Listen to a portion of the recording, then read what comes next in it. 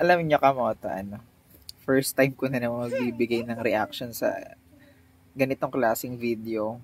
Ano to eh, ito actually bihira naman talaga yung may mga ganito.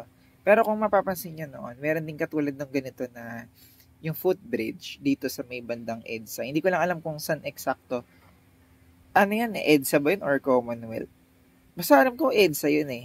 Yung footbridge na grabe yung tarik, 'di ba? Tapos imaginein mo kung matanda o may edad yung dadaan doon. Eh kahit nga yung mga bata na malakas-lakas pa doon sa ang mga senior citizens natin eh mapapagod umakyat doon. So what more, 'di ba? Kung sila pa yung sasakay doon. I mean, kung sila pa yung ano doon. Kung sila pa yung tatawid doon.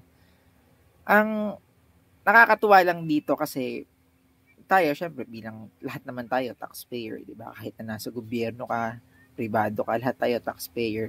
Pero yung makakikita ka ng mga ganitong government project na magtataka ka, tika, paano nangyari yun? Kasi di ba dapat ang government, ang ginagawa nila is kung paano gumaan yung mga buhay ng mga Pilipino, makapag-provide ng mga like proper pedestrian, footbridges. Diba, hindi lang yung basta makapaglagay ka na okay, dyan na yan, dito na pupunta yung tax nyo. Pero kung gano'n naman mga kamoto yung makikita nyo, eh, mapapaisip ka. Talaga bang sinaliksik, pinag-aralan ng mga engineer, architect, yung ganong klase ng design, at paano to na-aprubahan? Diba? Pero syempre, yung mga ganon, for sure, gumastos ng pondo yun kahit papano. Eh, ewan ko, tama ba yung term na tinipid? O baka nga overpriced pa, di ba? Hindi natin alam eh. Marami tayong ano sa isip natin na baka ganun. Kasi, paano napayagan yung ganung project? Di ba? Na imbis na magbenepisyo yung lahat, lalo na, katulad no, may rampa, di ba? May rampa.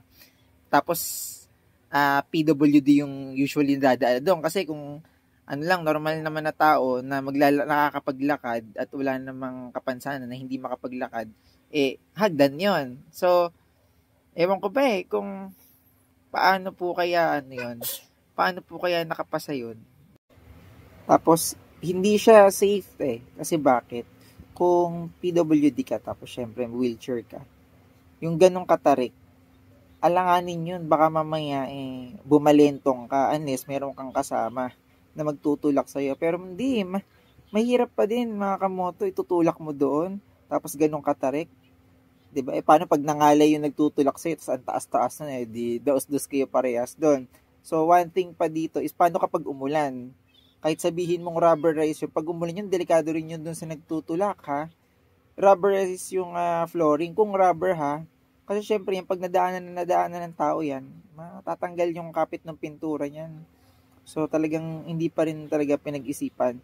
Kung ako lang naman ang tatanungin, siguro elevator or sabihin natin na medyo mahaba-haba pa yung rampa para hindi siya sobrang incline. Parang parang mga, parang mga 120 degrees yun eh, di ba? So, yung mga 45 degrees kahit pa paano. Pero yung 90 nga, masyado ng mataas, 45 degrees. So, bala na kayo, tignan niyo baka nga sa 45 degrees masyado pang mataas eh. Kaya yun lang, paano kaya na-approve yun? Ano? 'Di ba? Kaya talagang I'm sure kamoto pag-fiestan po ito sa social media ngayon. Pero yun nga, baka meron pa diyang iba, no? So, keep uploading tapos bigyan po natin reaction. So, Jello for to go page, mga kamoto. So, yun lang. At maraming salamat. Have a good day.